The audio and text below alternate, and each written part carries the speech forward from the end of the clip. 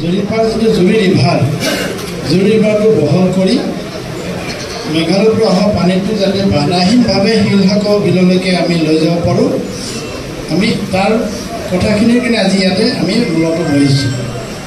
মই এই কথাখিনি মন্ত্ৰী মহোদয়ে কথাখিনি ব্যক্ত কৰাৰ আগতে মই হৈছোঁহি। জুৰিপাৰবাসী ৰাইজে আমাৰ গুৱাহাটীৰ নগৰীয়া বানপানী যিটো কয় আৰবান ফ্লাডিং, ইয়াৰ সমস্যাৰ লগত বহুদিনৰ পৰা যুঁজি আছে। আৰু ইয়াৰ যদি হিষ্টৰিকেল বেকগ্ৰাউণ্ড বা গোটেইখিনি চাওঁ, তেতিয়া দেখা যায় যে ইয়াত কিছুমান কাম আমি সেই ধৰণে কৰিব লাগিব যি কামখিনি নকৰালৈকে ইয়াৰ সমাধান কেতিয়াও হ'ব নোৱাৰে।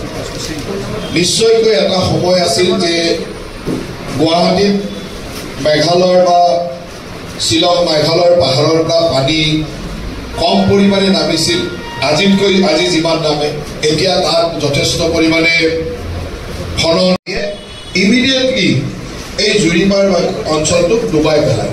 আৰু ইমান তৎক্ষণাত ডুবাই পেলাই যে ইমান বেছিকৈ ডুবাই পেলাই, ইয়াত যিটো সৰু নলা আজিৰ তাৰিখত আছে, সেই নলাটোৰে এই পানীটো যোৱা সম্ভৱ নহয়। ঐতিহাসিকভাৱে এই নলাটো এটা জুৰি আছিল, যাৰ নামেই জুৰি পাৰ, গতিকে এইটো এটা ডাঙৰ জুৰিয়ে আছিল।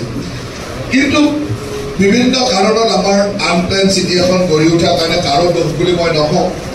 যেতিয়া খুব টেনিছ কোৰ্ট ভাঙি অহা মাহৰ লাষ্টৰ ফালে আমি IHM হোটেল মেনেজমেণ্ট ইনষ্টিটিউটখন ভাঙি তাৰপিছত জিঞ্জাৰখনো ভাঙি এই ধৰণে আমি পৰিকল্পনা কৰিছোঁ যে গোটেই অঞ্চলটো ভাঙি দি আমি তাত প্ৰায় 800 বিঘা মাটিত এটা ডাঙৰ জলাশয় কৰিম, যাতে এই গোটেই পানীটো গৈ তাত ৰিটেইন কৰিব পাৰে। ব্ৰহ্মপুত্ৰৰ পানী কমাৰ লগে লগে আমি বন্দা জানেৰে পানীটো ব্ৰহ্মপুত্ৰত ওলাই দিব পাৰোঁ। আৰু ইয়াৰ পৰা যোৱা পানীটো যাতে ৰিটেইন কৰিব পৰা এটা ডাঙৰ জলাশয় আমি পৰিকল্পনা কৰিছোঁ। আৰু অলৰেডি তাৰ কাৰণে পুঁজি ইত্যাদিৰ কামো আমাৰ চলি আছে।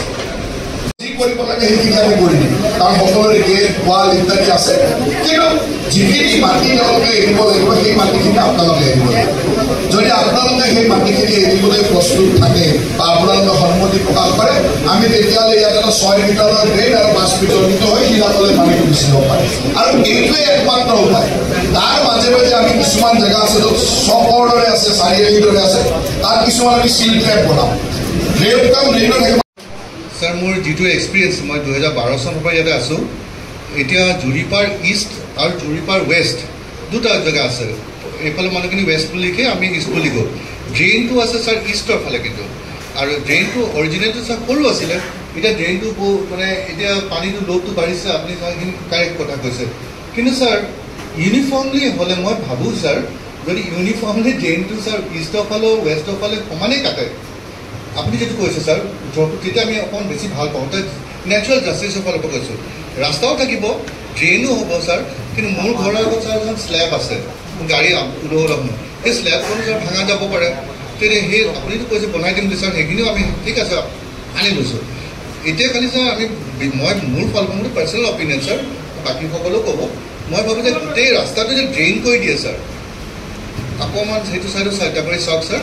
আৰু মানে ইষ্টৰ ফালেও কাটিব লাগিব, ৱেষ্ট সেইখিনি কৰিলেই বানপানী নহ'ব বুলি আমাৰ ৰাইজে ভাবিছে। যোৱা মিটিঙত ৰিজলিউশ্যনো আছিল, তেখেতে পাইছে। আজি তাৰিখত এনেকুৱা লাগিব যে এইটো নালাগে, ঠিক আছে যে লাগিব, কিন্তু ইয়াত যিটো হাৰত পানী বাঢ়ি গৈ আছে, আজিৰ পৰা 5 বছৰ পিছত আপোনালোকে ক'ব যে এইটো আমাৰ গোটেই মানে হাইড্ৰলজিকেল ছাৰ্ভে কৰি তেওঁলোকে কৈ আছে যে নলা নৰ্দমা নিৰ্মাণৰ সম্পৰ্কে আজি আমি জুৰিপাৰবাসীৰ লগত আলোচনা কৰিলোঁ। কাৰণ জুৰিপাৰ অঞ্চলটো গুৱাহাটীৰ এটা ফ্লাডপ্ৰ'ন অঞ্চল। ইয়াত এইটো এটা ঐতিহাসিকভাৱে এটা জুৰি আছিল। আমাৰ পুৰণি তথ্যমতে এইটো এটা ডাঙৰ নদী আছিলে। এই নদীটো আজি লাহে লাহে কালক্ৰমত ই সৰু হৈ আহি 1 মিটাৰ 1.5 মিটাৰৰ এটা নলা হৈ পৰিলে। আৰু এই বৃহৎ অঞ্চলৰ পানী এই নলাটোৰে যোৱাটো সম্ভৱ নহয়। গতিকে ইয়াক আমি মিনিমাম 6 মিটাৰ 5 মিটাৰৰ এটা ডাঙৰ নলা বা নৰ্দমা নিৰ্মাণ কৰি